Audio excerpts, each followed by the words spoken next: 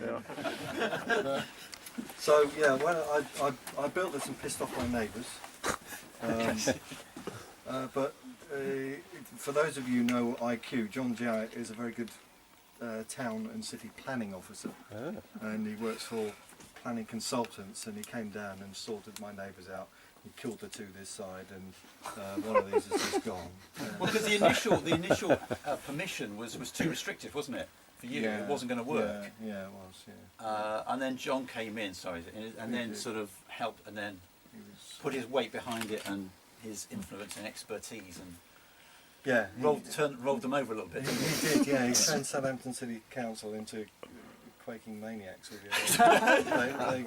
They got it completely wrong what they were trying to do anyway. So I got planning permission, but the hours were no good for me. So I went back and I got better hours of working, and so I can work in there 24 hours a day, but bands are sort of like 10 a.m. through to 8 p.m. And a little bit restricted on Sundays, and nobody on bank holidays, which is a shame. But I'm booting this up. I was going to try and load up Judas Unrepentant. The thing is, it's such a big track, such a complicated track, that it does take a little bit of time to load up. And it's already crashed a computer once. It's temperamental. It's going. Well, you wouldn't even attempt East Coast Racer, probably, would you? That's probably not as bad for some strange reason. But Actually, I asked I Rob. was suggesting, Carl, we should hear how hedgerow was mixed with it. How many tracks was that? I know, 200 odd. Some of them are. Some of them more than that now. They're getting more than that. Yeah. Did you submix them, the vocals? I think you did. No, I didn't. No. Did they all in the same session? Yeah. Just load that. See if this one will load this time. I think I've got a slightly more condensed version of it. It doesn't go. And I'll cry, and we'll all cry, and we'll just have to play the. Or I'll play the demo of it instead. So yeah. Who did I do first? I've had 10 years of operation here. You've been with me. Did you see the stages of this being built? Oh yeah. Because it was 6 months to build the place. It's actually built and designed as a recording studio. It is. It hasn't been anything else before. It's no, it was a shed. No. It was a wooden shed. And in fact, I was telling you two last night that Steve Thorne, one of my friends, was actually just walking his dog, walking past the house as I was digging the back garden over, and he came in and acted as a labourer for some time, and came in and helped me out. Anyway, so 6 months of building. It was. And the soundproof is incredible. I remember coming in and seeing you when it was building, and they were not breeze blocks, were they? They were No. Concrete blocks, solid concrete blocks. And they were just 6-inch concrete blocks. Just inside and out, and above us as well. We've got 4 inches of concrete, solid concrete above us, with sand on top of it, with carpet, foam, with softboard, and sand and everything on top of So it. it doubles as a nuclear bunker then. Yeah, it did. Because the thing is, as it was explained to me, it makes perfect sense. Really, there's no point in having like castle walls and putting a sheet of tracing paper over the top of it. Sound will find a way out. Yeah. It's going to get out somewhere or another. And so, if you are in the studio and the drums are going in there, or something loud or heavy guitar is going on in there, as you're walking away from the studio, you hear a faint but as you get past sort of halfway down the garden, you can't hear a thing anymore. If you're walking to the studio and you're not aware that something's going on in there, then you just like enter it. It's noise. It is so noisy. Within the first couple of weeks, I got a complaint because I've got a little booth there with I put a guitar cab in there, and that's not soundproof in there. Didn't have anything on the roof, and so one of my neighbours 2 doors down, who shall remain nameless, Mr. He was. I'm managed I will edit this. I will edit this. and he complained, said that there was a horrible sound emanating from in the direction of the studio and stuff like that. So the council sent down some guys with sound testing equipment, and they measured it in here. I put on an Incubus album, really loud on the big speakers, and then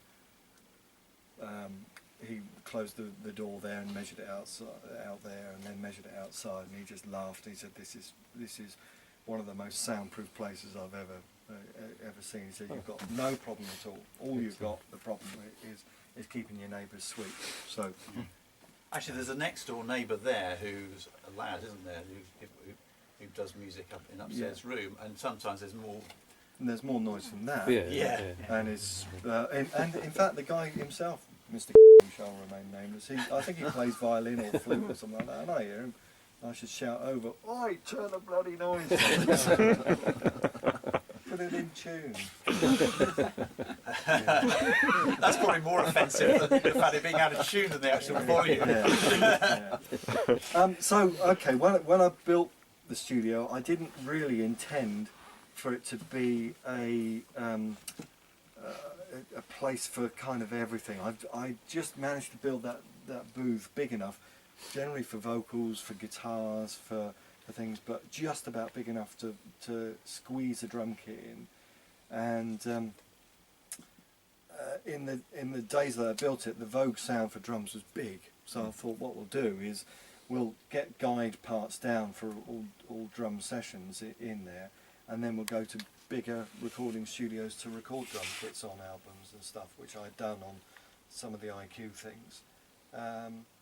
And some of your early stuff as well, wasn't it? We went to church halls and things to record drums. Yeah, because at that time you were working out of a studio called Parklands, which is where we did Goodbye to the Age of Steam on 2-inch 24-track tape. Yeah, and we started off, we took a Fostex 16-track down there, didn't we? Yeah. And it was a community hall down the road. Yeah, did the drums in there. Yeah.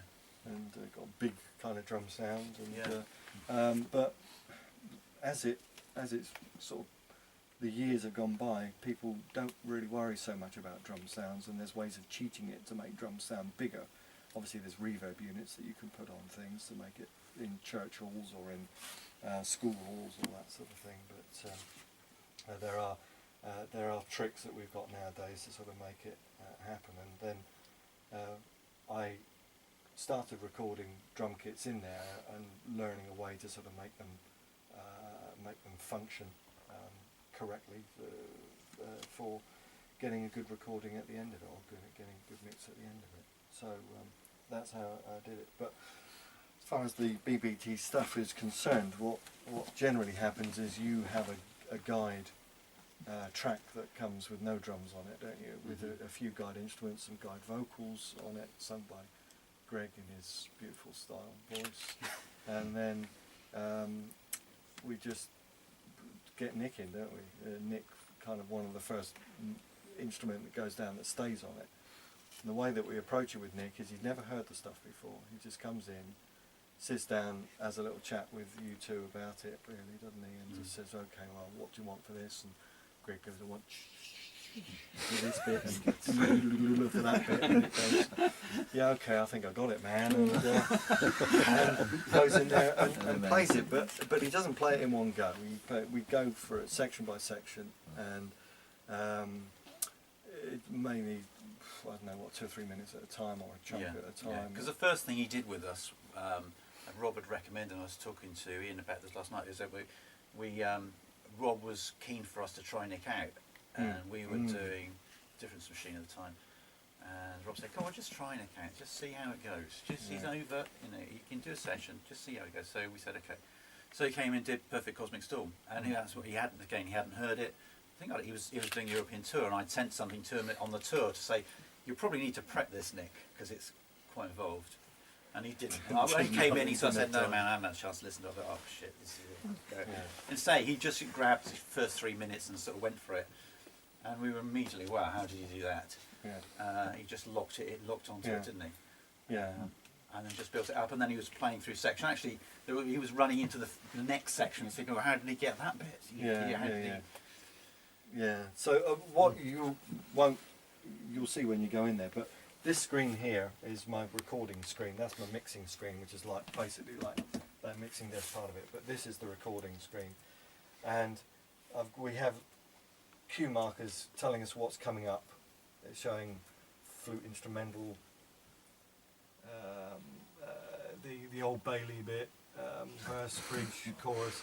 So those things are all written up there, and in my wisdom, it took me ages to figure out how to do it, but I managed to split that screen so that goes to there. It's also seen there for if anybody's in here playing, but it also goes through a little pipe through the wall up into the screen in the other room there. So Nick is kind of following the things and seeing, if I expand the part out, he's seeing when these colours are coming and knows that something at that point is going to happen.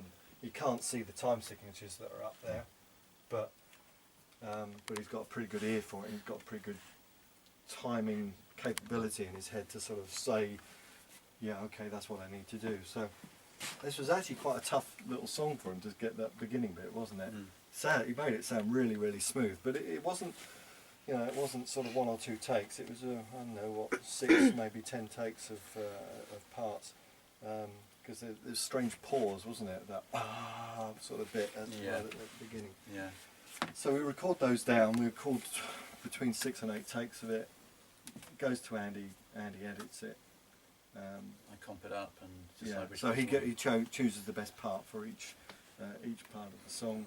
And I'm sure you have an embarrassment of riches really there. You have so well, many that's choices. the point of it. Yeah, you're so spoiled. There was, but I can't think which track it was. It was something off the Difference Machine. There's a particular section I think I love that feel, I love that feel, I love that feel. And I actually sort of kind of almost made the mistake of trying to point out, thinking, well, if I move that one across there, I can have my cake and eat it. And it is an embarrassment of riches. That's the thing, isn't it? Yeah. With him, you never feel you're never kind of scratching around thinking, okay, well, I'm not sure we've got enough here.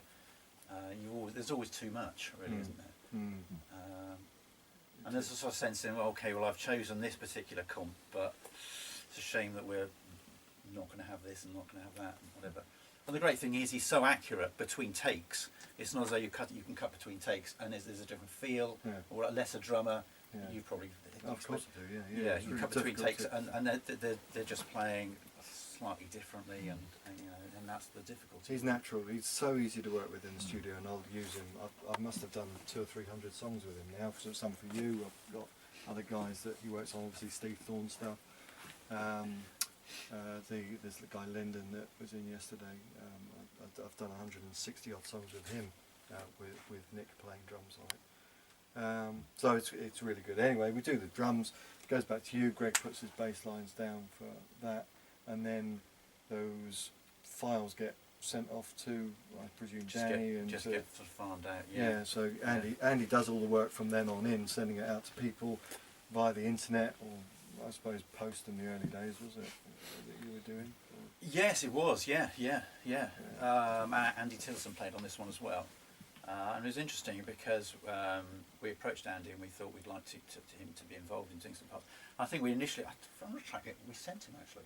Well, I just sent him an MP3 just to sort of say, here's an example, is this kind of demo outline of how it is. Thinking he'd want, because what we do is, sometimes people, Danny for example, will want what's called stems. So he'll want me to send him a Pro Tools session, which is a mix of the drums and then the guitar parts and vocal parts separated out, so he can sort of get in there and really sort out what's what. He likes MIDI parts as well, so he can really get in right under the skin. But I remember sending Andy Tilson just an MP3 saying, well, this is the track, what are you thinking? And then a few days later he just sent back all the parts for it. So that was it. I wasn't expecting that. I thought, I only sent you an MP3 and it all came back with sort of 4 or 5 parts, which were brilliant.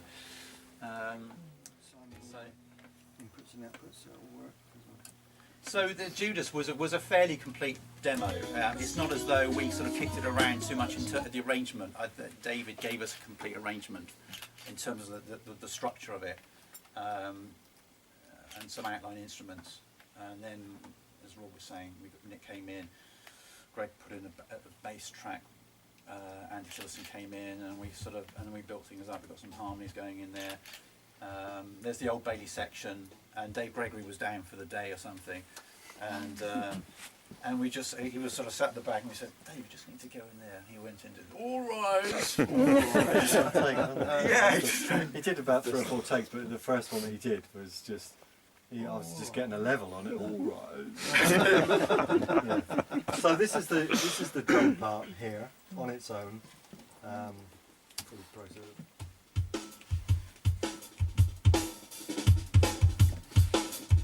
The speakers we're listening to are these ones. Yeah, that's right.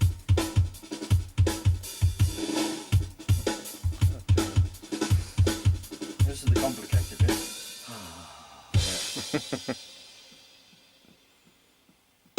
He was sitting there, okay, counting. Counting 2, 3, 2, 2, 3, 3, 2, 3, 1, 2, 3, 4, 1, 2, 3, 2, 2, 3, 1, 2, 3, 4, 5, 1, 2, 3, 2, 2, 3, 3, 2, 3, 1, 2, 3, 4, 1, 2, 3, 4, 5, 1, 2, 3. So he just locks all this in his head.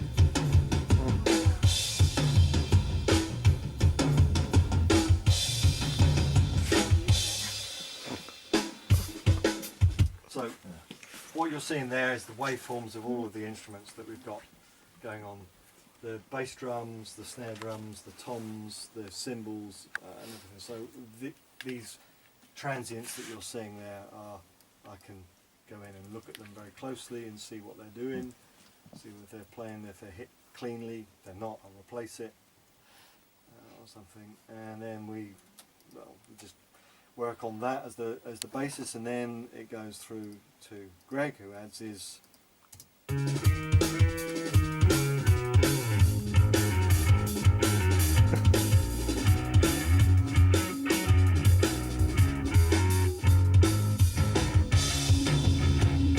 that from the start, Rob. Just at the start. sorry.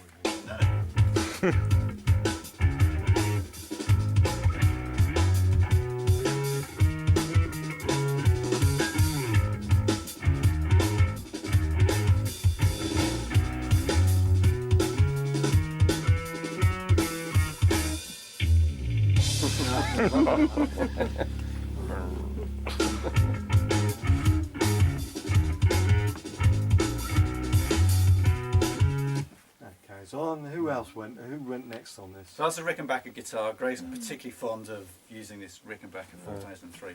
And we sort of grunge it up as a bit. That's one of Greg's things. He always sort of comes in and he says, is the bass grungy enough? He loves that. Is it loud enough? No. Is it loud enough? Is it grungy enough? Yeah, yeah. So then we had next instrument, clavinet. Who played this? Was this David? I think so. I think this is over.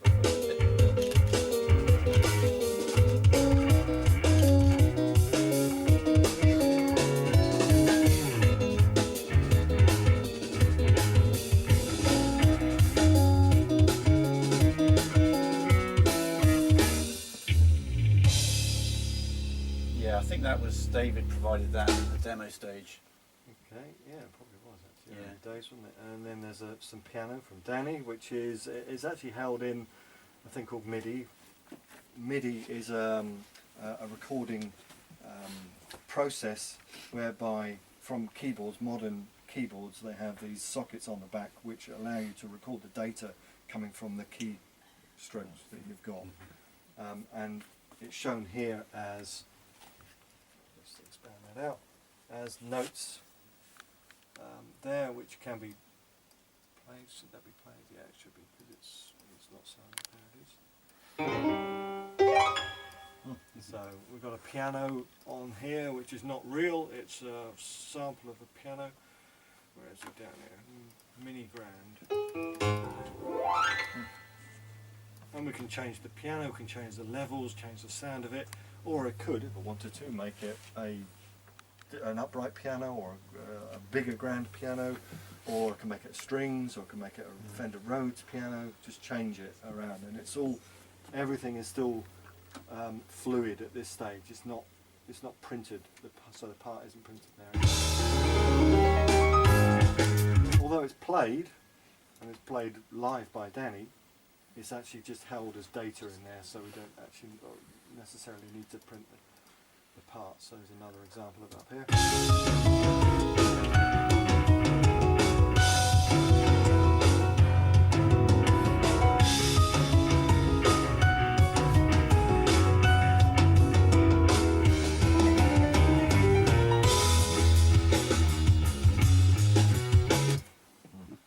There are some parts that we actually muted from Danny there. We just, one of those culling process things that we was talking about earlier, saying that sometimes people put too many ideas in the song and it doesn't all work, so there's a section that nobody's ever heard.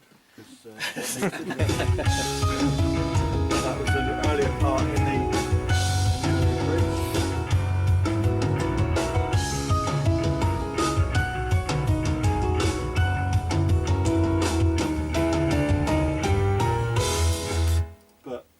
There were just too many things going on in the song at that point, so we actually muted them out. We saved that bit for later, didn't we? Yeah, we saved it for the third bridge because there are other things that were going on, right? So then we have Andy Tillison coming in with his parts.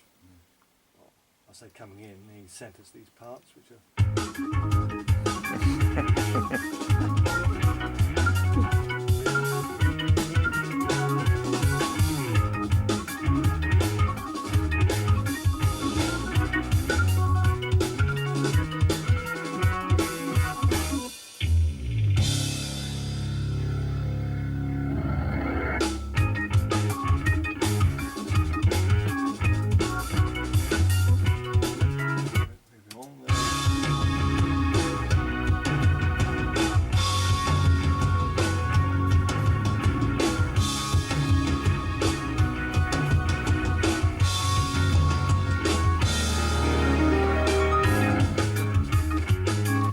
solo, Rob, on the which one was the solo?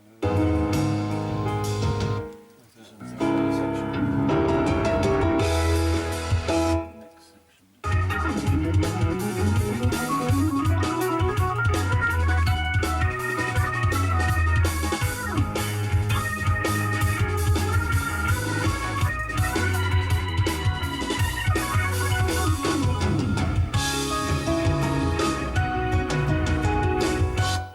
So it's already starting to get fairly busy, and there's still another probably 20 instruments to go.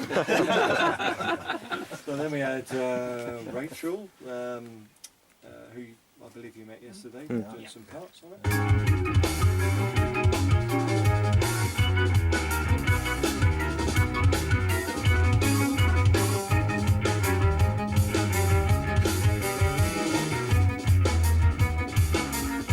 Next section forward.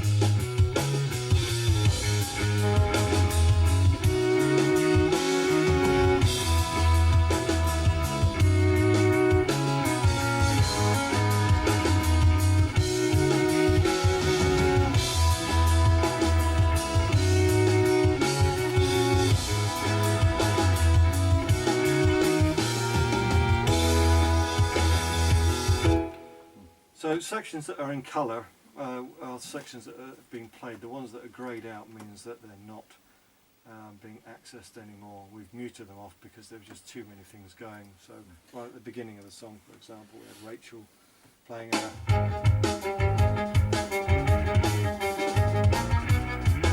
which is brilliant, but with that going, with the organ going, with the mandolin going, which we haven't heard yet, and everything, it was just too much. So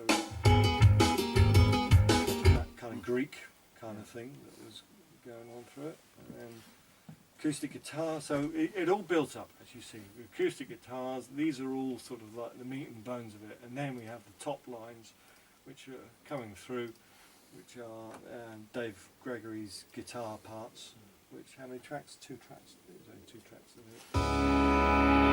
And then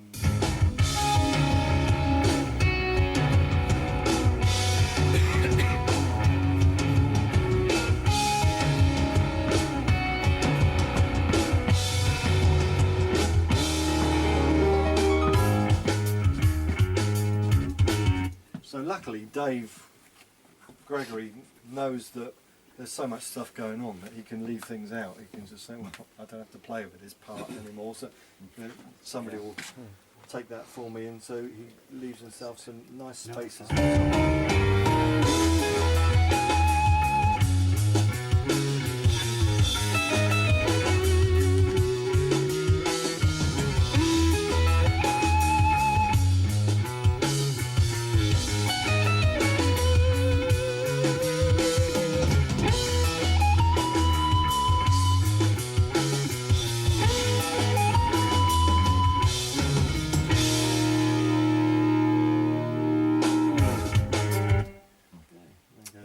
going to show you, what we were saying to Graham just now, is the end, Rob, where you've got Dave and Rachel sort of taking Oh, a that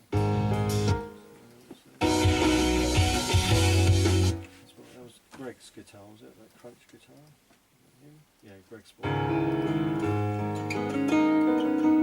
That was actually Greg playing that classical guitar bit, wasn't it? yeah. Just,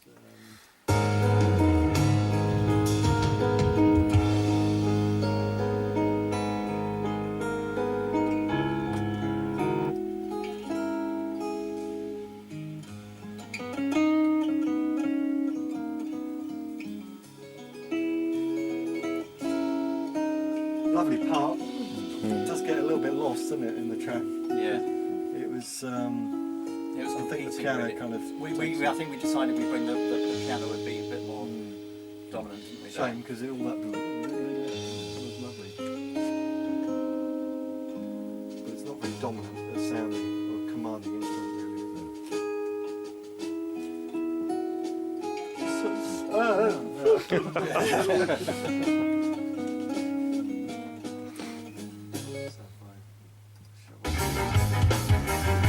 Okay, is this the battle at the end? The battle at the end, yeah. Well, we weren't really quite sure because Rachel had given us this lead line and violin, and then Dave came in as well. I think he was aware the violin was there, but he probably thought, actually, I'll have a go at this as well. So we sort of managed to sit the two side by side.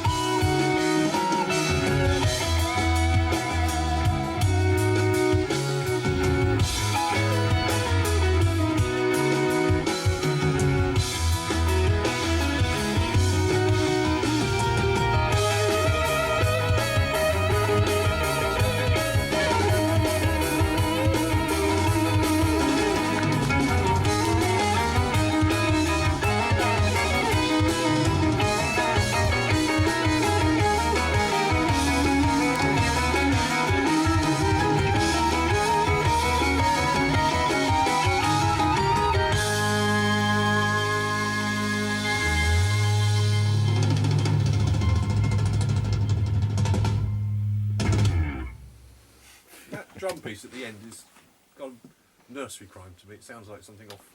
Yes, it's got that real feel. Yes, yeah. I wasn't certain if that was deliberate or. It might have been. It was There was no direction to Nick to do that. It's just a little sort of flourish. It's just the typical little flourish to work the fish. But I think I agree. Graham has got that sort of sense of Also at the end, trespass, things that I had to cut out. There was a load of other keyboard parts going on as well. So he wanted a little bit of a take on it. I just sew up that part as well.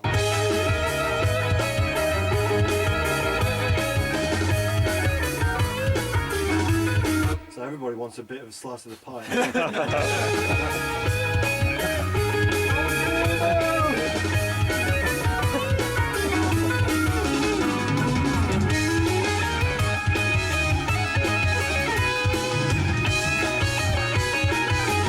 Which is clearly do parts like that ever get used for anything else? No. I mean, is it, well, we tried it for that track, it didn't work, forgotten?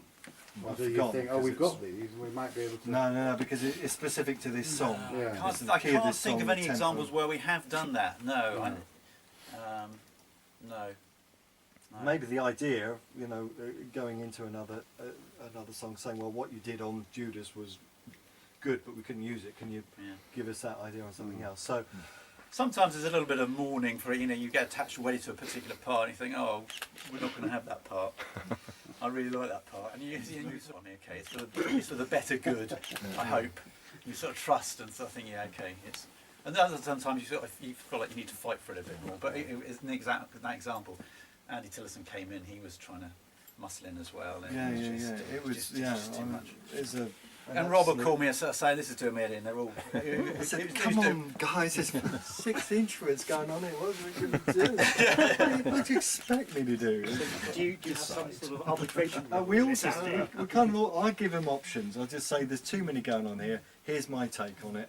I send it out to them, and they'll listen and go, well, actually, that was a feature, so reinstate him, bring her down, get rid of that. There is a bit of negotiation, yeah. And Yeah. sometimes I'll say to Rob, well, okay, all right, well. He said, look, I'll front it up. I'll tell so and so that their Yeah. part's Don't been worry. muted Yeah, off. yeah, So. yeah. Or I'm not going to tell them. Or you can go to them and say, well, Rob reckons it was too busy. I don't mind, you know, that's fine. But we have had occasions when we do a little bit of bargaining going on. Well, if we turn the mellotron up, then we can... Oh, there are bargaining, Yeah. positions. Yes, exactly. Yeah, Yeah. you turn the mellotron up if we lose the bit in the middle of such and such a song. Yeah. Yeah, take it or leave it. So once most of the music is down, then we get David in to sing it. Some of the songs he sings at home. He certainly learns them all at home, but then he comes down in here and he's incredible to work with. It is spine chilling. I was explaining yesterday to someone the first session when you didn't know David from anybody, No. and he came in here just to do a couple of things on Martin Alford's Yeah, album, and Yeah. we were going for a curry that night, strange enough. yeah, Just for change. Because well, it was just a big train curry we were going for, Yeah, wasn't it? yeah. And then you were just setting up. He went in there, and as soon as he was just it was chatting to me because he's a lecturer in music technology, which I used to be as well. And he said, we were chatting about the studio and about the microphone and stuff. He said, oh, nice microphone you got in there. And he goes, he chatting away to me in here, and he's fine. And he goes in there, gets behind the microphone, and something happened. It's just, there was just this silky quality that just comes out of his voice when he got behind the microphone. And it doesn't happen with many people. It's a very interesting thing that microphone has recorded lots and lots of people, but there are only certain voices that just have this, like, just encompassing sound from it. So it's an expensive microphone. It's an expensive vocal chain that it all gets piped and recorded through. It comes through the wall, comes up into some of the gubbins, and then finds its way down here. We take the same approach that we do with Nick, with David, and do I suppose 4 or 5 takes really of his lead vocal, and then you choose again. sometimes we choose here, don't we? Yeah. We sort of say. Yeah, I have a running comp. We Yeah. have a more of a One of the process funny now. things is that you can label up if you have various takes, and you can label the part. They call them clips now Yeah. in Pro Tools. But that Rob's a master of sort of understatement, and David will deliver this brilliant line, and we're all just kind of melting in again. Sometimes it's kind of tears in our eyes, and Rob will just mark it up. Okay. But so he'll go and do that, and then Andy will comp the best parts together of it. We do kind of make the decisions now here. Sometimes, don't we? Sometimes, yeah. But David, normally for me, what happens is somebody goes through and sings the whole song.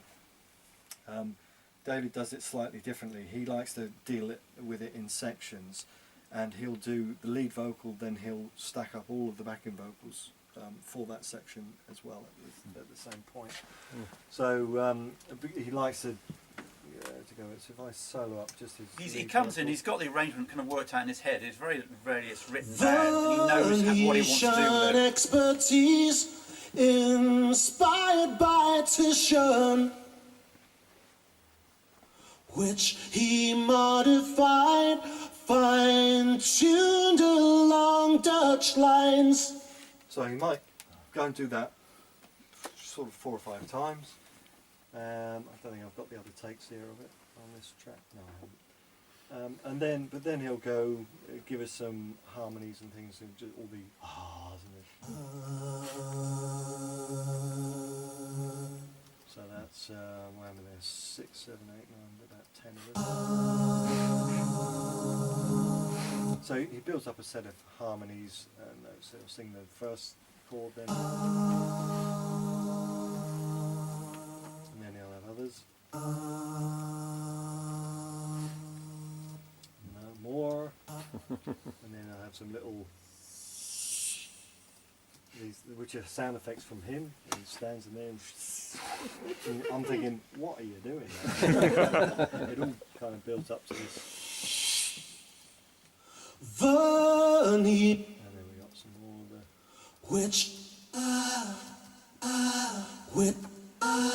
which he modified, fine-tuned along Dutch lines. He's painting revenge, embittered by lack of success.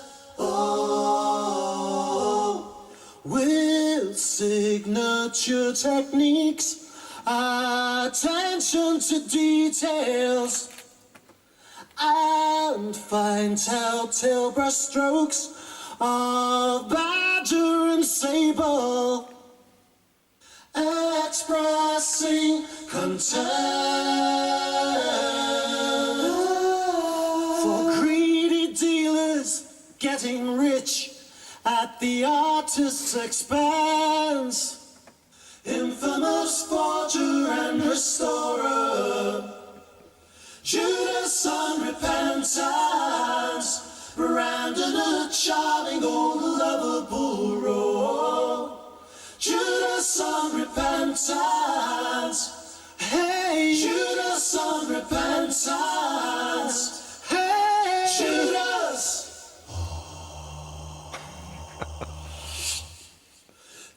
So that's Nick and No, David. isn't it? Nick's not even on there yet. Oh, is Nick's not on there yet? No, Nick was... Okay. Nick's got a very... if I just take all that as well. And Nick's got a very nasally voice. Yeah, I think he did his vocals even before David did his. I think possibly he did, Yeah, because we only had Nick over for a couple of days, so we just said, can you quickly go in there? And so it was, yeah, I think it'd probably been better the other way round, so Nick could have sang to David's vocal. But Infamous forger and restorer, Judas Unrepentant, rendered a charming old lovable rogue. Judas Unrepentant, Judas Unrepentant, Judas. Oh, hello. hello, Stevie boy. All right, Steve. You got a house full. Is that what I think it is? Stevie, Steve Thorne. Hi, babe. Hello, how are you? Nice to see you. Great to see you. And you? Excellent. Is this a big train tour? Yes, Yeah, it is. yeah. What, 3? How many you had? You've had a few of these. This is the first. No, it's the first one. Oh, is it? Yeah, I thought you'd done it before. No. This is the trial run. This is trial run. Can I speak to you in a minute? Hello, guys. Yeah. Overwhelming. He's fresh from seeing Roger Waters last night. Oh, really? Best night of his life, apart from meeting me. That was the best gig I've ever seen. All right. Without any doubt whatever. It was just like gobsmacking. Yeah. The Has he given you technology. ideas? Huh? Has he given you ideas now to... Oh, yeah, if only. But yeah, it was just incredible visuals. You know, the digital age is just like... So he was showing some of the old stuff, you know, the bit with the flowers, you know, I that haven't bit. seen this show.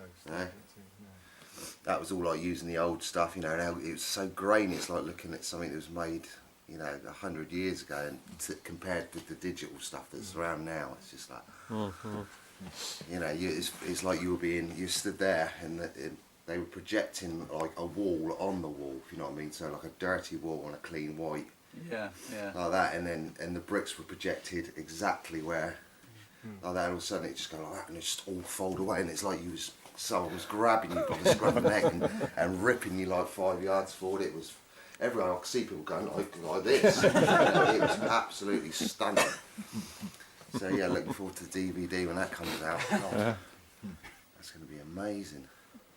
I'm So, just yeah. showing them the recording process. Oh, This yeah? is the same process that we go through with Steve's stuff, really, isn't it?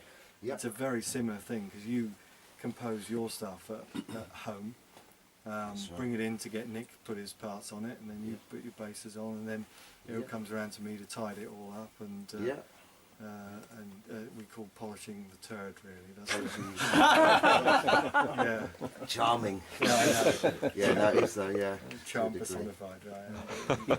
Well, we're all slowly getting better at that. You know, I know you guys are very good with your Pro Tools now, and you know, getting everything all in time first, aren't you, and stuff. You and Greg. Yeah.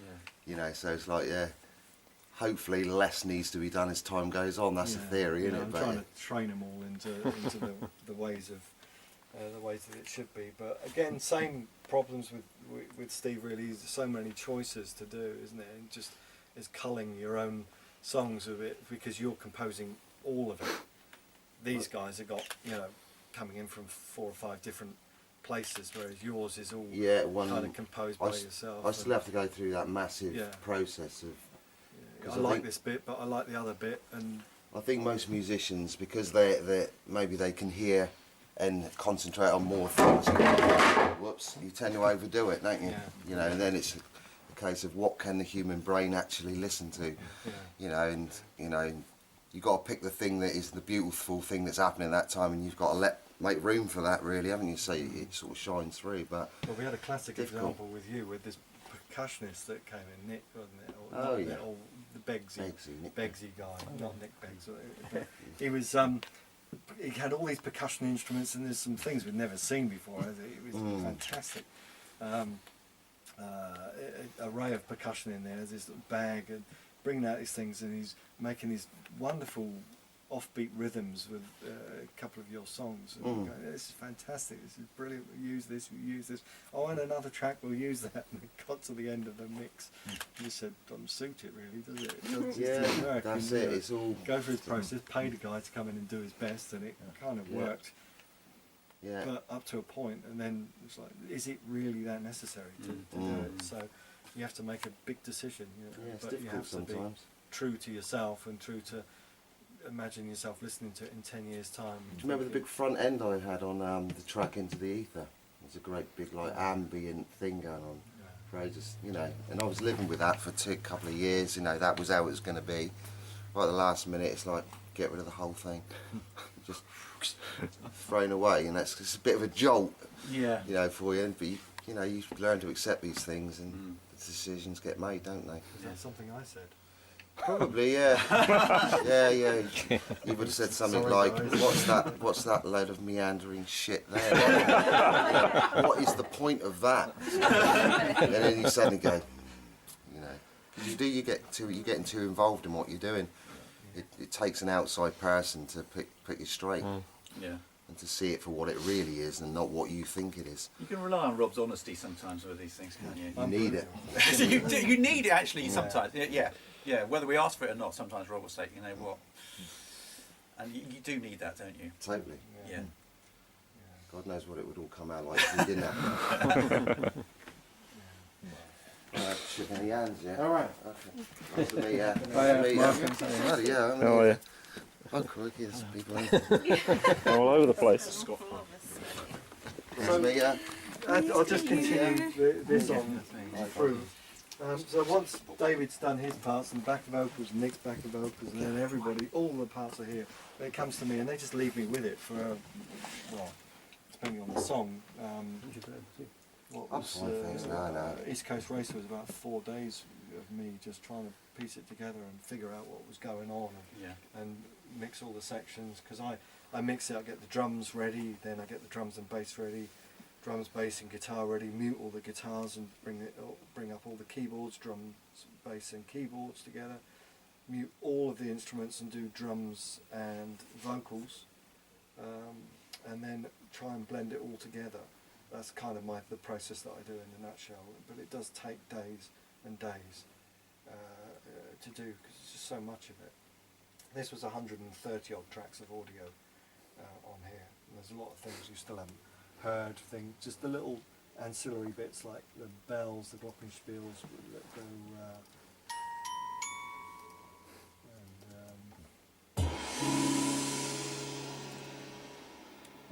and that's over the bass pedals as well. Thunder or something back down there somewhere, I think. Yeah, that's where you get it, mate. Some more Yeah.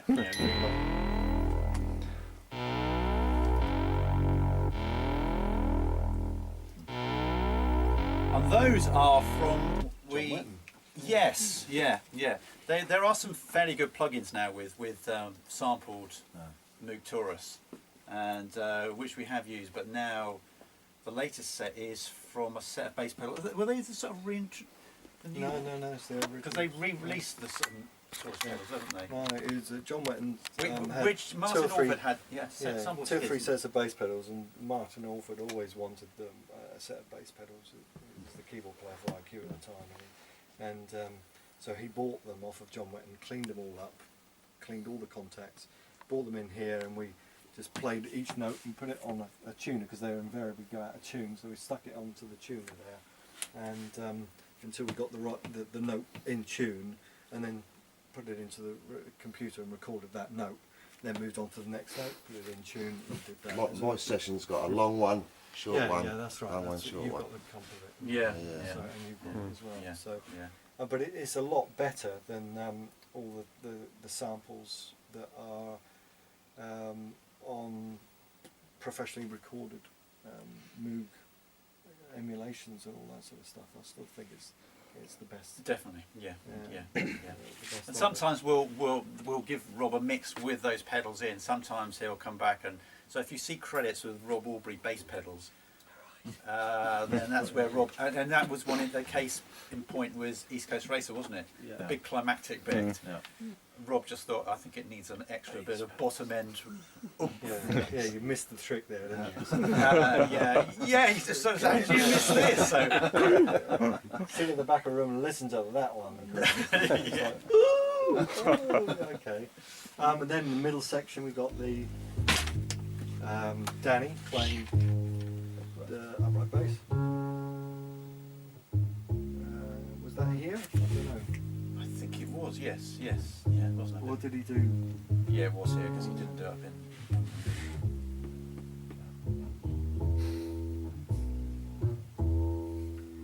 I always think of Mannequin Cigars, I don't know. No, it's Hamlet. Wasn't it? Hamlet. Yeah. A mild cigar found under benches and hedges. And then where we got the All Rise. All Rise, let's find that little bit. So we can all have a laugh at him. Here he is. One track all on his own to go. All Rise. And then there's even a sound. We had a sound effect, didn't we? We tried a sound effect of something for a courtroom or. Yeah, there was, yes, the sound of people sort of. That's right. All rise. Builds up, and then we have some timpani going.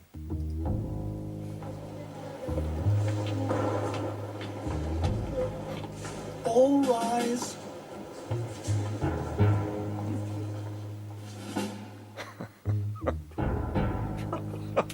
That sounds like Black Beauty, doesn't it? So altogether, it comes out to be the track that we all know and love. Let's put it all together. We have a little spin of some of it. I won't play it all because you all know it, but.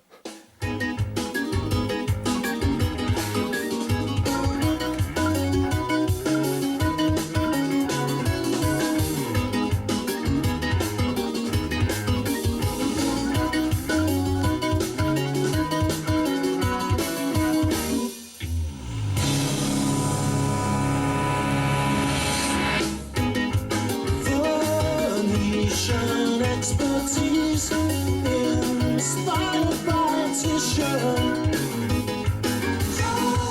which he modified, fine-tuned along Dutch lines.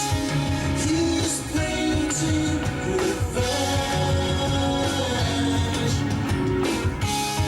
and beautified like a success. Signature techniques, attention to details, and fine telltale brushstrokes of badger and sable, expressing contempt for greedy dealers getting rich at the artist's expense.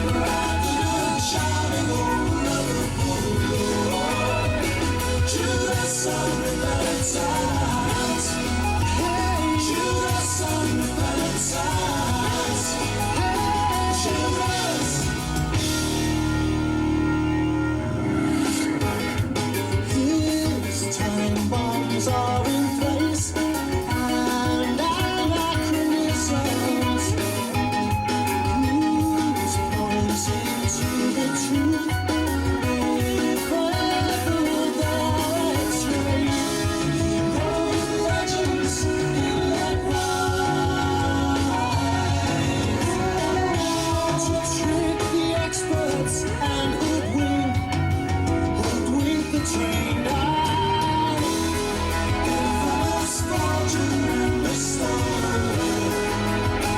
Judas Unrepentant. Rather than shining. We all know it. So, I hope you know it. First time I've heard it. So when that goes out to people like Dave, does he understand where the vocal lines are going, or and have some idea of the vocal lines? Got it or- with it. Haven't they? You're on about Dave Dave Gregory, Gregory. with his guitars and Yeah, stuff. I think it's already been recorded, the vocals at that point. He comes in fairly late, doesn't he? Yeah. He Yeah. has to have an idea. Yeah, certainly he did with this, because the demo that David provided had the vocals, lead vocals complete, and I think he had some sort of sketched out backing vocals as well. Yeah. So he pretty much knew, what it was. So once Rob has got an initial mix up. This was mix 6, I think, or 7 by the end. Mix 7 was Yeah. the one that actually made it. So it's all, I keep them all so I can go backwards and go through them. So that's me messing around. Then mix 1, 2 with the Taurus pedals, and Danny's parts, Danny's bits added, and then 5, 6, and eventually mix 7. Started in April and finished in 22nd of May 2012. That was the one that made it.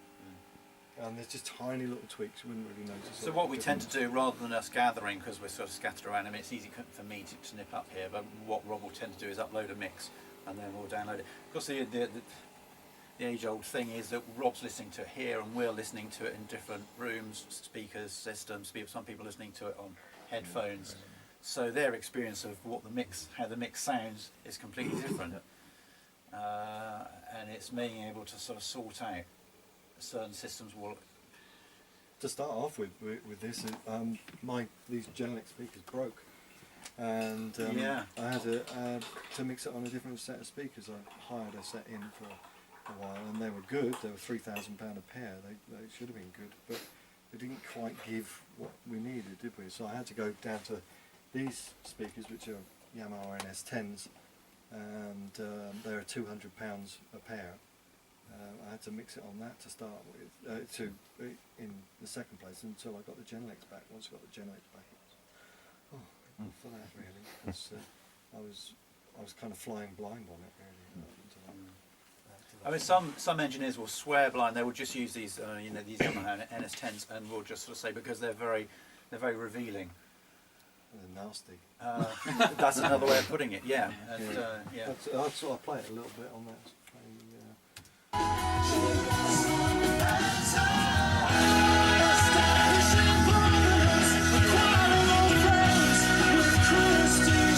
Not much of a pleasurable listening experience in that.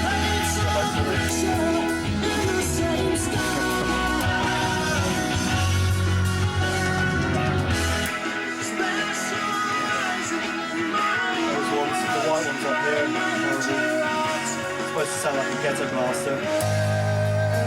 Certain car speakers behind the television. Car, I've got computer speakers down here as well. I've got a radio hidden down the back as well, tiny little radio, and these Proax, which are better. So I switch between things, but it's still nothing like listening in your own car or your own hi-fi system. No. It sounds different absolutely everywhere, so I've got to try and get it to a level that will play back nicely on lots of sets of speakers. You've got a few sets of speakers, you listen on earbuds, don't you? Yeah, it's very different everywhere you take it. Yeah, you normally have a mini disc, and you go to sleep listening to it, you wake up listening to it, just your mixers anyway. Yeah, and then torturing yourself. yeah, and you lose perspective after a while. And You then, can do, yeah, totally, yeah. No, that's one of the hardest parts of what you're talking about there, for sure. Yeah. And then we'll generally come back where we compile what we call snagging lists of just little bits. It might just be level tweaks. It could just be. It can involve just muting off parts, saying actually, we need to. I let Andy compile the snagging list because it frustrates me. When I think there was one occasion when somebody had written, David had written I want the guitars more raucous at that point, and Dave Gregory had written, I want the guitars less raucous at that point. And it was, what So do I they're do? probably about right. Yeah, probably just leave them as they are. Yeah, I can't please them all, really, so... Or the place in between the two. Yeah. Yeah.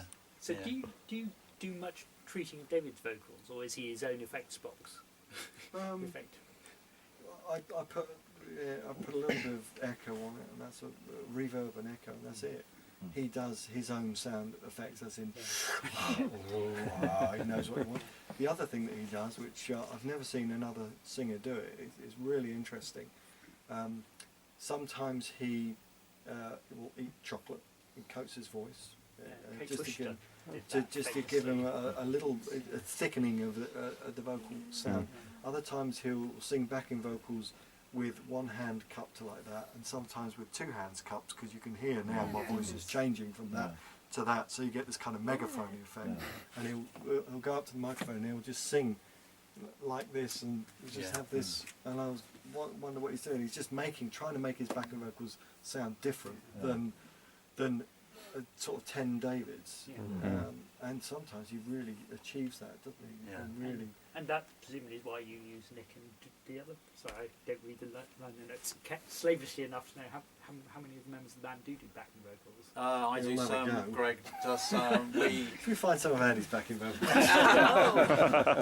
And we bring in sometimes. I was saying yesterday, one on Uncle Jack. David had an idea that he wanted a sort of female voice or a sort of child's voice for the kind of, there's a nursery rhyme, and we thought, well, we can't really use school children sort of thing. So Greg's daughter was at school with these twins, identical twins called Lily and Violet, and they came in and just did this session at Greg's house where they sang through this nursery rhyme.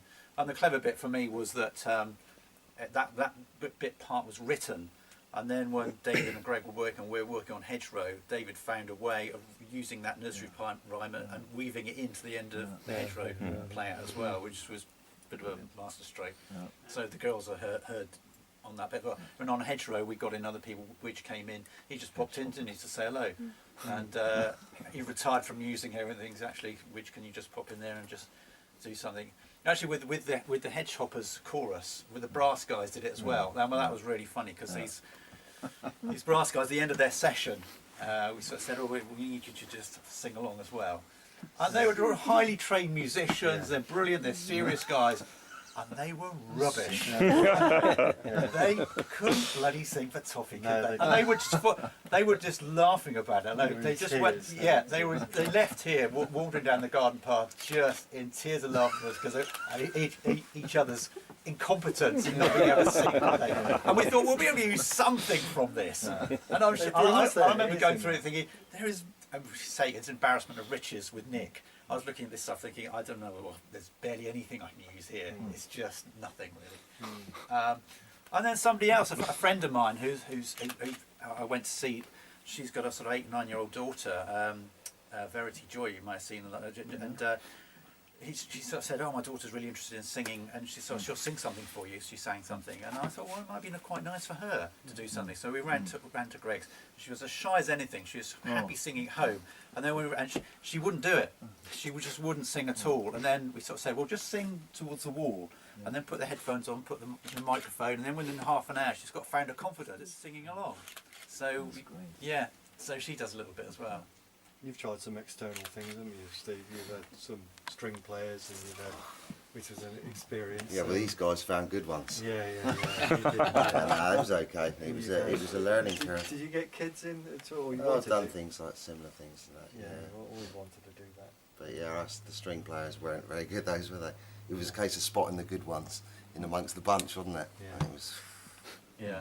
a lot of discipline. And for some of them, it's quite a different discipline, isn't it? Totally. For doing this. So being recorded is completely different. Yeah, the environment's so different for them. Yeah. And what's interesting, even some of them, they're classical musicians, they're used to recording classical music. If they come into a setting like this and it's rock music, I don't know, they're a little bit out of water sometimes. Some are good at it. Yeah, Because exactly. they've had experience with it and they've got a looser kind of thing, and they're happy with rock music, whereas others is fish out of water. Yeah. You know. Yeah. I was just trying to load up Challenge. Metro and see if I can find the guys. Although Andy might have just given me the finished files, possibly, but because some of that session really was quite amusing. Did I keep the brass guys? Doesn't look like I did. So are you going to give us a I was listen to trying the find Bard it. demo? No. Well, that's locked away in the house.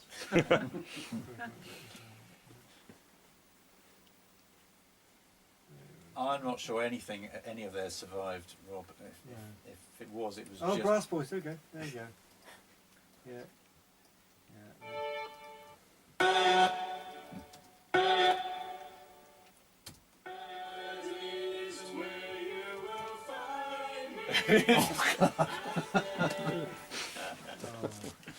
That's cruel to them, isn't it? I'm going to let you go in there, Rob. Yeah, it's horrible. That is where you will find me, out there waiting. Oh, it was horrible, wasn't it? I think I just used that time around and round again. And the untuned version? But, yeah, that was quite fun because again, loads and loads of vocals on it. But it's just pointless having them all playing all the time. So we just try to build it up with 2 and then 3, then 4, then more. So that's got Andy singing it. It's got Greg singing it. Dave Longdon. Nick was Nick on it. Yeah, so Which Which I- did some stuff as well, didn't Nick from the Brass Boys. he? Verity. Yeah, Sam was doing some bits as well. And the twins doing the little. Yeah. So how many tracks was that? Oh, let's see, system usage on that one. 160 tracks playing on that one in total. So, Actually, in other areas, it's not that busy. no, track, no, is it? it? It was very vocal. There's lots and lots of vocals. I need to screen it up sort of like that. Wouldn't I? Just scan it all down. Yeah, look at all those vocals there. Yeah, that's a lot of it. That's all vocals, still vocals, still vocals. And now it's just the brass guys. Yeah, and with just their brass parts.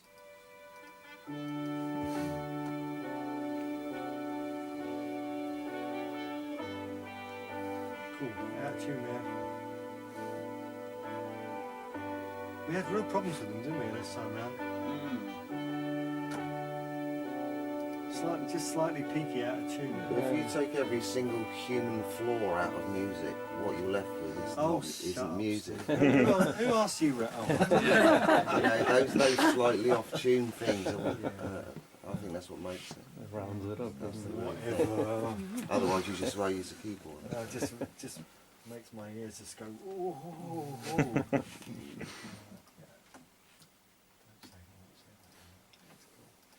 Right. Okay. Andy, do you want to tell them about the video then? Yes. Well, the intention was that we were going to keep secret that we've done a video for the song Make Some Noise. And it kind of leaked out a bit, really. But it's so close to the release date, I think it's actually sort of going live on the 19th, which is next Thursday now. And David came forward with this song called Make Some Noise, and lyrically it wasn't something that necessarily fitted that conveniently with On English Electric. It was a song that it had a sort of Queen, his demo was kind of a bit Queen-like. And but he said to us, well, you know, we don't need to go that way, where we can sort of folk it up a bit. We thought, okay, well, we'll see. But we liked it, it was strong, and it was a good potential sort of crossover track for us. And but we weren't quite sure where it was going to go. Because the story is, it's sort of 16-year-old lads. It's David's experience of being a 16-year-old, summer holidays, and just get together. You can tell it's school holidays. And just getting it together. They can't really play their instruments, but they just want to make some noise and just go for it. Maybe upset the neighbours, you know, a little bit, a bit reactionary. And so that was sort of story behind it. And then we got into recording it, and it felt stronger and stronger. And we weren't really quite sure what was going to happen. This is before Full Power had been sort of designed. We thought maybe we'd bring the two albums together, but we didn't quite know how it's going to work out. and then we got to a position we thought, actually, this is good, this is strong. We want to put this forward, and Rob was kind of pushing as well because you felt it was a good, strong piece, and that we needed to. And then we got into sort of discussion about doing a video for it, and because we wanted to do something where it could be seen of us all being together and playing together.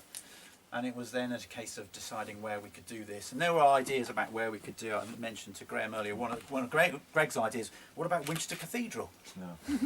Well, we can actually get into Winchester Cathedral and rock out in Winchester Cathedral doing this, but there we are. But I think it was just Greg's enthusiasm to do something in Winchester again, Alison. It's just that he can't be... And then I'd seen this programme, you know the ex-Tory Cabinet Minister, Michael Portillo. He was... You won't know, but he was Defence Secretary and he was Treasury to the Treasury Secretary. Yeah, but he's sort of retired politician that is doing this sort of travellogue going round on railway journeys around the UK, and he went to the Eastleigh Railway Works, which used to be Eastleigh was built up around the it was about it was all about that, wasn't it? It was a railway, like Swindon, really. But there were, where these Eastleigh were, we filmed the video, it was a railway yard, and they just built trains right from scratch. It wasn't bringing in parts and assembling. They just built and manufactured everything. And at one point they had a workforce of several thousand there, and now it's a sort of repair yard where they bring in trains that have perhaps been battered and bruised or being refurbished or whatever. So we went and spoke to the managing director, Barry Stevens, about doing a video there, and he was completely fine about it. He was completely cool about it. They'd had a band in doing a sort of pop, much more of a pop video as well, in there doing it. And we looked around, and it was amazing, this yard anyway. Big, heavy engineering. And so we went back and did that in January. We thought the place would be empty because it was just after New Year, but there were some really heavy engineering guys there working away, weren't there, and all the rest of it. And we were just saying earlier, there was where we wanted to set up. There's a couple of the guys are doing this sort of hybrid easy rider bike attached to a back of an end of a car or something, wasn't it? We sort of said, well, actually, that's not really going to fit because we've got a couple of trains in the back and all the rest of it. So I said, any chance any guys can move it? Actually, you do that much better than I did when you sort of came in. This guy just comes in and just picks up the front of the bike and just sort of wheels his car backwards. And then another car frame, it was a Capri car frame that he wheeled back. Then he got an engine block, it's left with an engine block in the middle, and this guy with a Mohican, shaped size Mohican, just goes lifts the thing up and moves it to somewhere else. We're left with this space, workable space, which was here, and we did the video. This was actually part of the making process up. So my drum kit is in there. Danny and the keyboard, and you've seen this on the front of your And the guy that did it is a guy called Pete Callow, and we didn't know who we could use for it, and we mentioned it to Rob. I mean, so many times. I mean, we heard of Rachel through Rob. Rachel had done some sessions for somebody else, so that was our into meeting Rachel. But you'd had a girl in, hadn't you? And he'd done a video. Pete had done a short video for her, sort of pop song video, and so we got in touch with Pete, and he was completely up for doing it. And apart from this, he goes around with Ross Noble, you know, the comedian Ross Noble, and he tends to go around on tour with him. So he has periods away. Sometimes he goes to Australia normally once a year, because Ross Noble does a lot of improvisation stuff. So they just record all the shows and then put out a DVD once a year. So we found a sort of slot when he was available, and him and his wife came down to do the shoot. And there's a kind of retro sort of charm about it as well. What we didn't necessarily want is some sort of too much of a sort of moody, arty, atmospheric sort of video, because it's a bit of a bit throwback in terms of, you know, when we were at school, and you know, for us it was sort of late 70s sort of thing. And even the album cover makes some noise. What I wanted to do was trying to make it seem a bit sort of late 70s, even with the disc, with the make some noise, sort of kind of punky writing, to say slightly 16-year-old, slightly rebellious. You know, railing against sort of establishment, wanting to make some noise, and all the rest of it. So this is why the video is just a pretty much a representation of us as an older generation, has grown up now doing this video. But as you'll see, it's interspersed with some little bits, cutbacks to some our younger days. What, your younger days as well? Come on, make some noise.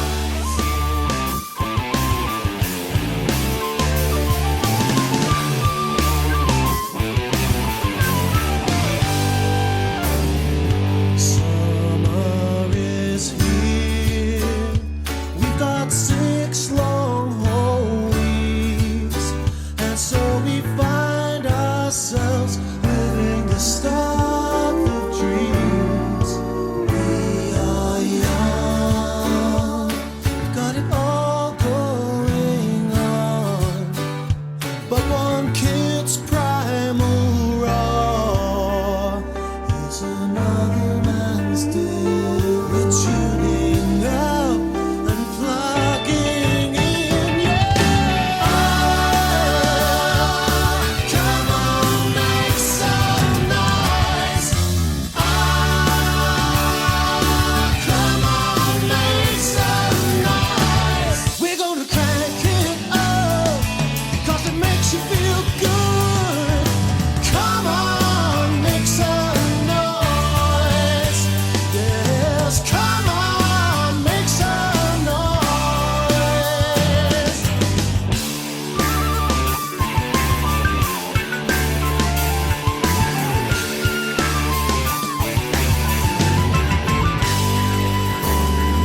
Sam, Ian, and me, chasing adolescent dreams. Baked beans and soda streams. It sounds so rough, but it feels so good. Hey, Come on, make some noise. make some Come on, make some noise. We're gonna crank it up. We're gonna make you feel good. Come on, make some noise. Yes, come on, make some noise.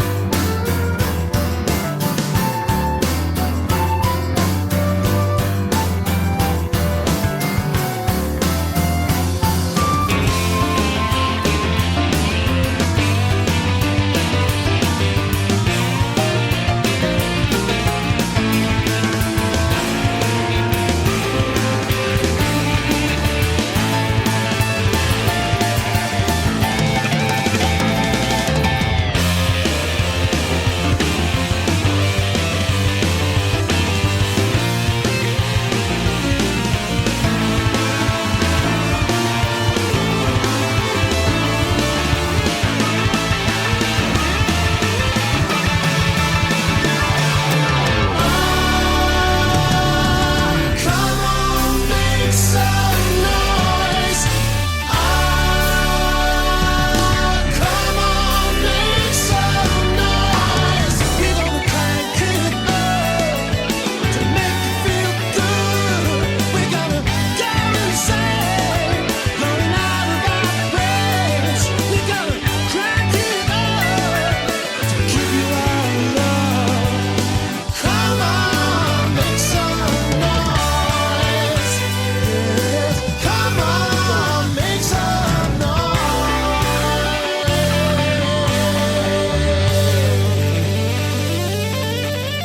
Give me some noise.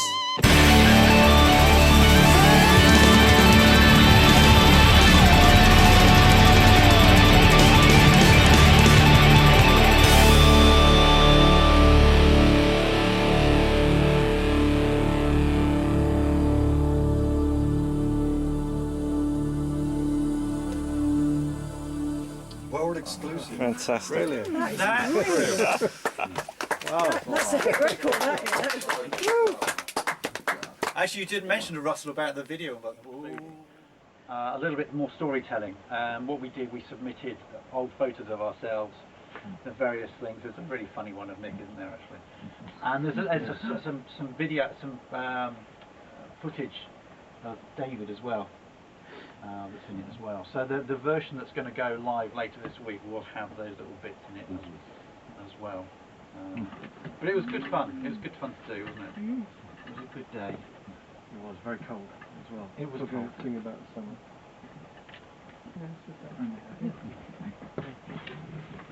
You don't have to ask permission. Oh, I didn't know where it was. Don't worry, it's heavily soundproof.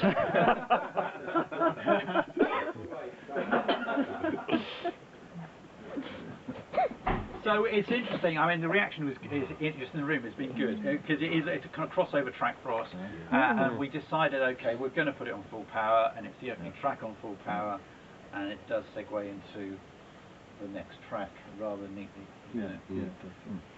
So it's not. It doesn't feel sort of out of context.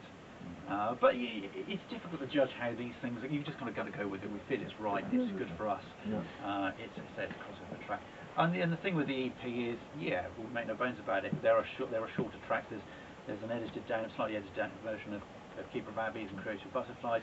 Maybe they're a bit more radio friendly. So it's difficult to get prog to be played on the bigger radio stations. Apart from Bob Harris, yeah. Bob's been a great supporter of ours, and we're not pretending he's going to play East Coast Racer, but I'm not sure. I love him to play Judas. He's played Winchester, isn't he? Which is fantastic because we didn't know in advance where he was going to play. So on the sorry, Swan Hunter as well. I think. Yes, it's Swan Hunter. Leopards for the last 2 weeks. Yeah, and Uncle Jack, and he seems to be kind of switched on to us now, which is great. So we're very happy about that. But it's difficult. We understand there are other prog bands that aren't certainly. Their chances of getting played on the Bob Harris show are limited because the stuff they do is so out and out prog, and some of our stuff is out and out prog. But what we've got is a sort of mix and match of different sort of song styles. People that bought part 1 and part 2 for people to feel okay, I've got to buy the whole thing all over again. And I think it'd be really fair.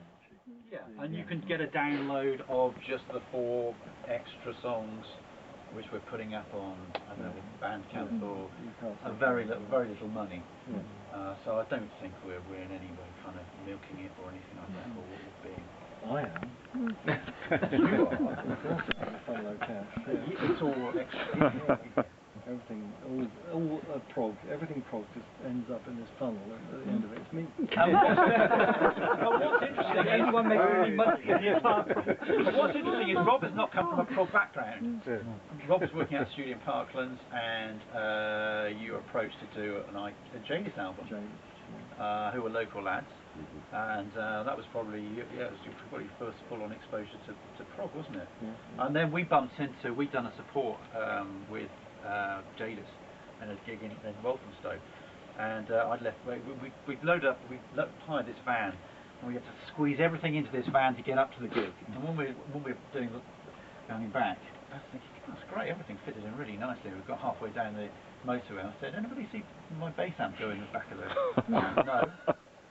No, well, it must be there, and it wasn't, and we left it at the gig. So following night, Jay's still doing a gig in Southampton, so which I went along to get my bass amp, and I met the boys, and just speaking to John Joan, he said, have you met Rob Aubrey? I said, no, I don't know Rob at all. Come and say hello to Rob, speak to Rob.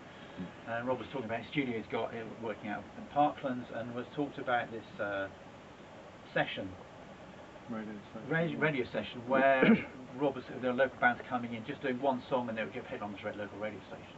Was it? What was Power? Was it? It was Ocean FM, and then it became Power. Yeah. So we did this track. We went in and we did this track called Fire Something. After that, and it kind of led on from that. But you hadn't really come from a prog background, so Rob's been in a situation where you went out for dinner and Tony Banks has been there, and it's been. They're talking about the lamb, and you're thinking about you thought it was. That's true, isn't it? That is absolutely. Oh, what about the lamb? Oh, I haven't seen that on the menu. And there's been stories of Trigger the Tail and Genesis, and you're thinking, what are these boys talking about? Yeah, I haven't got a clue. I don't know anything. I just do what I do. But my background hasn't come from. I think all the better for it, really. I think we get on really well. There's never been arguments between us. and they're probably never welcome. Really, it's everything. You know, I'm in business to do the best I can, and for many years I wanted the band to be the best that it possibly could as well. You know, I think collectively we've achieved it. We could tinker with things for days and days and years to come, but I think everything without putting on is the best of its ability. That's why it feels like a good place to be at the moment. It feels like the right people are in the group, and Rob is such an integral part of everything we do. It just seems nicely set up, doesn't it? Yeah. I know I was going to show people. Not that I'm in any way bragging, but. Burning question. Wow. Whoa! Oh, look at that. Hang on, keep that up. Yeah. I'm proud of that, actually. Yeah. Oh, wait. Oh, crikey. Yeah, isn't it? Oh, dear, I've smeared it. No. The next day, I had a suit bag, and I went to Tate Modern in London. I know it was quite heavy, and I thought, I'm not hauling this thing round. And I had other stuff as well, some copies of Wild River, David's album. If you haven't heard David's solo album, Wild River, I'd recommend it. It's lovely. And so I left it in the cloakroom, in the Tate. And when I went back to get it with my number thing, the guy sort of went through the rack, and he just went through and he's going to locate it. I thought it'll go down. Okay, there it is. And he didn't. He sort of went down the next one. No, it's not there. And for a moment, I thought it's not there. It's. I don't know what would have happened, but we've only had it in 24 hours. Somebody's made off with it or something, taken the suit bag and stuff. So yeah, but it was a nice thing. Yeah. So yeah, Very good. it's a good weight. Great. Yeah.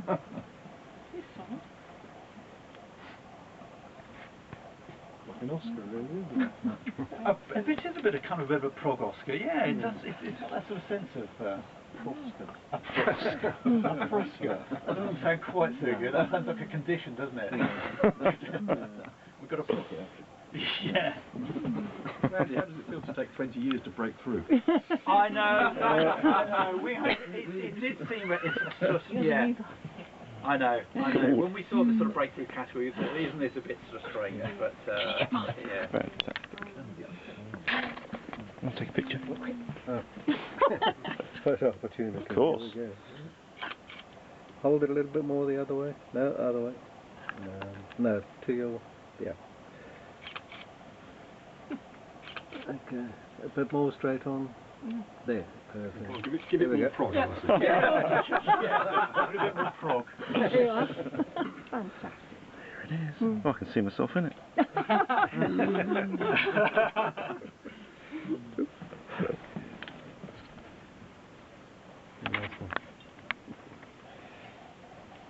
Let's get the brasso out now, everyone's touched it. Yeah. Get all our grubby fingerprints. Yeah, actually, it was a bit sort of sweaty and grubby when we had our photos taken. It wasn't nice and gleaming by then. Who presented it? It was Phil Rewarding. Wilding, who was great. Yeah, we didn't. He was really He's a funny. bit full on, isn't he? He's a bit full on. He's a funny guy, and he was great. He was great about it. And and after we got it, we went. There's a thing called media runs. We went off stage, and then we went to another room. And Craig was saying yesterday, it was a bit weird at one point because we were there. Steve Wilson was there being interviewed, and Marillion were being photographed and interviews, and all the rest of it. And Hackett was around and stuff, and it felt a bit surreal. Better take that out of shot, Oh, very nice. Well, it's been with me since the ceremony, but I think it's about time that it got passed around, really. I think it's going to be a bit impractical for Nick to... I'll lug it back. Want to be adding any more weight to his Excess luggage. baggage. No, exactly. Paying that excess. He got stung for that when he came over quite recently. We picked him up at the airport. He was grumpy that he'd been stung for excess baggage. It was a lot of money as well, wasn't it? Yeah. You could start a trophy cabinet. Happily, yeah. You've won more than Arsenal have in the last 7 or 8 years. Yeah, it was a very good thing to get. I mean, Greg was sort of saying, well, it was nice to be nominated, but it's much sweeter to actually. Yeah, I think so. quite funny because we speak to Matt Stevenson and he'd had a few drinks with him. He'd sort of come back and go, well done, boys. You go, well done, you. You go, you fucking earned it. You worked so hard. We go, all right, Matt. Yeah, you boys, you really deserve it. And you know, Matt, he's a big man. Yeah, and he was lovely about it. So sweet. Yeah. Where are we going next from? Oh, I mean, next contractor. Who's hiring you right now for it? IQ album is going to start next January, and we'll start and finish in next January, I think. That's in the prog roll. In the other, and Robin's drums, Robin's drum.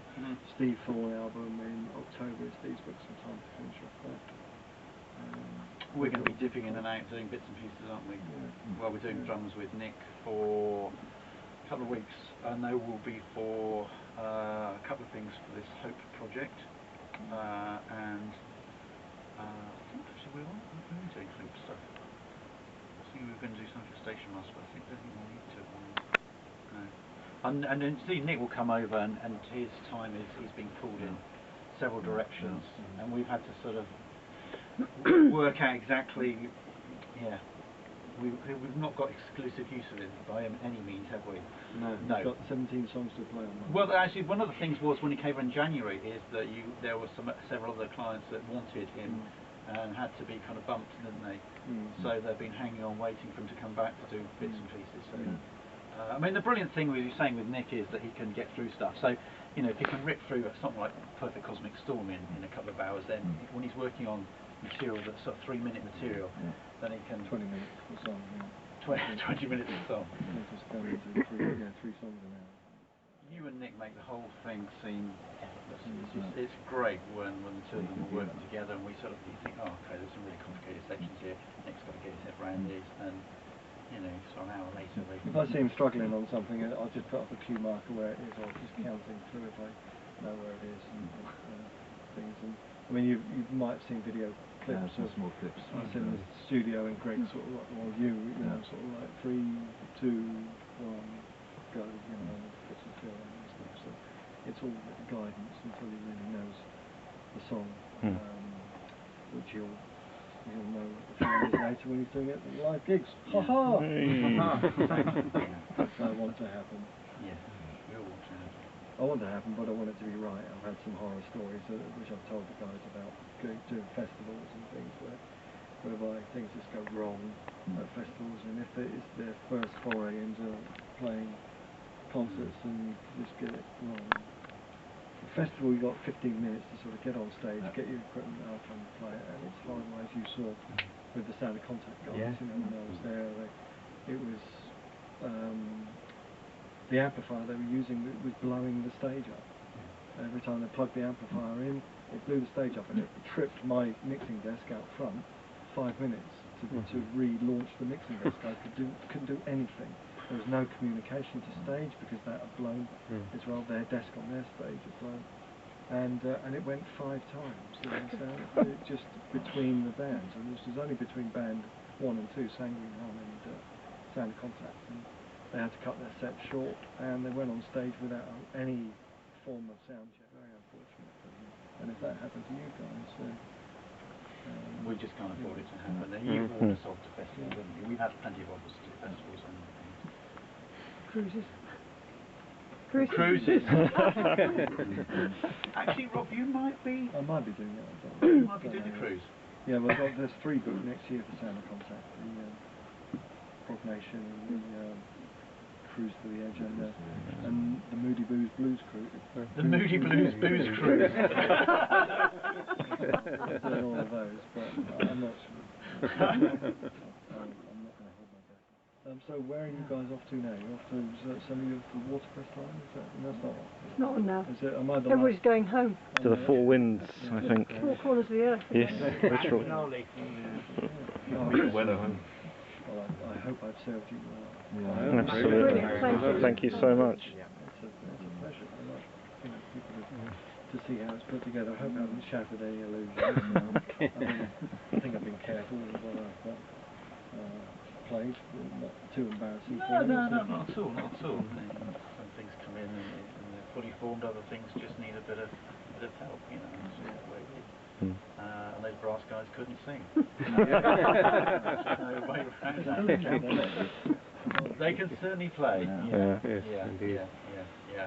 I mean, that was the thing on Summoned by Bells, is that because we have a bit of a taste from Victorian brickwork, where one of them had taken the solo over at the end, which I thought worked really well. When they came back to another session, we had in mind them doing it, and I said, you know, can you all fancy having a go, just doing some improvisation.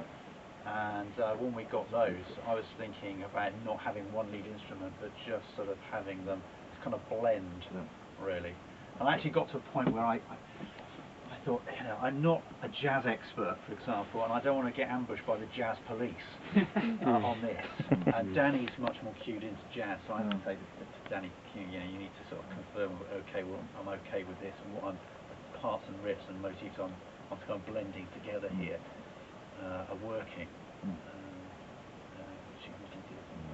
which I'm really pleased about. I think that worked out. I think it's a lovely little sort of twist. And it's just reusing the theme as well at the end of Summoned by Bells from other parts of Europe. So, yeah. The brass guys are going to be doing real well as well. So they're part of. We've sort of said, yeah, we were saying yesterday, if we're going to do this, we're going to do a stripped down version. We're going to do it with a brass band or brass section and our string players as well. So certainly Dave Desmond and 3 of the other guys are going to be part of that as well. These are guys that are serving as well, because when we did from the first one to the second one, there was a guy Nick who played French horn, and when we came back to the second stage, he said, no, he's in Afghanistan now serving. He thought, this is a real thing. These are guys are actually doing. And it's great for them, because they kind of want to be rock stars as well. But they get treated like royalty, because Dave Desmond will say, you know, they'll do in the Marines or something, they'll go off to Japan, for example, and they get treated like royalty, and they think they all live in Buckingham Palace and have cucumber sandwiches with the Queen. It's not being anyway dismissive and being rude about, you know, the Japanese, but their conception of it is that hero worship of these guys. I still can't believe something. They could sing, they wouldn't end up playing instruments which occupy their mouths. Yeah.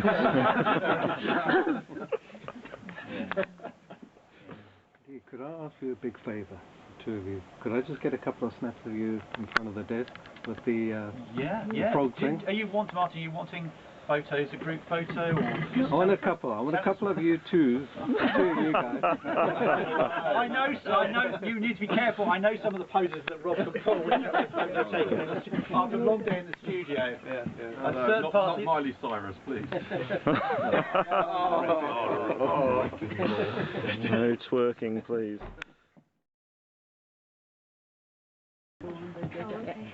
Who hasn't? Look at that. I thought you grabbed one. Does that go in the funnel as well? Yeah. Straight down.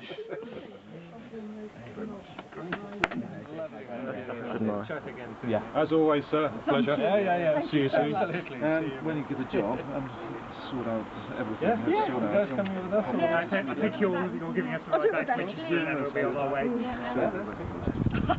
And if you ever get on a plane to New Zealand, you know where to come. I love New Zealand. It's a great place. Okay. Right. So, it was a pleasure meeting you. Really.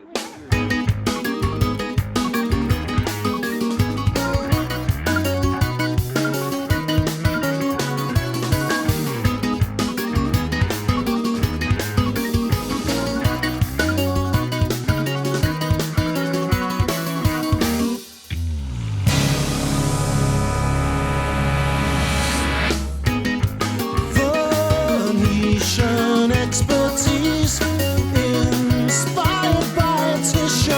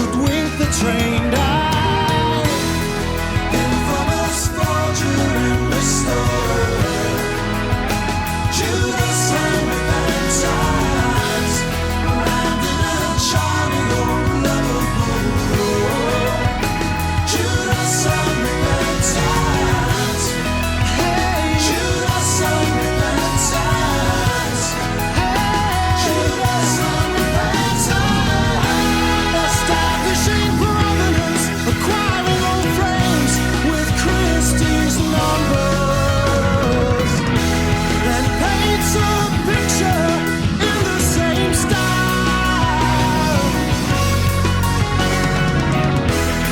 specializing in minor works by major artists.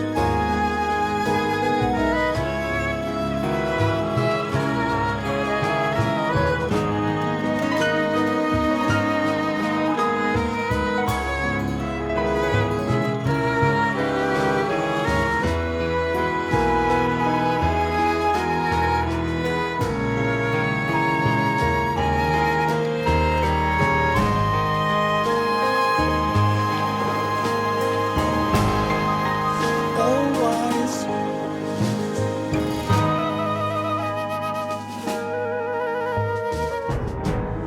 13 watercolors by Samuel Palmer have proven to be his undoing.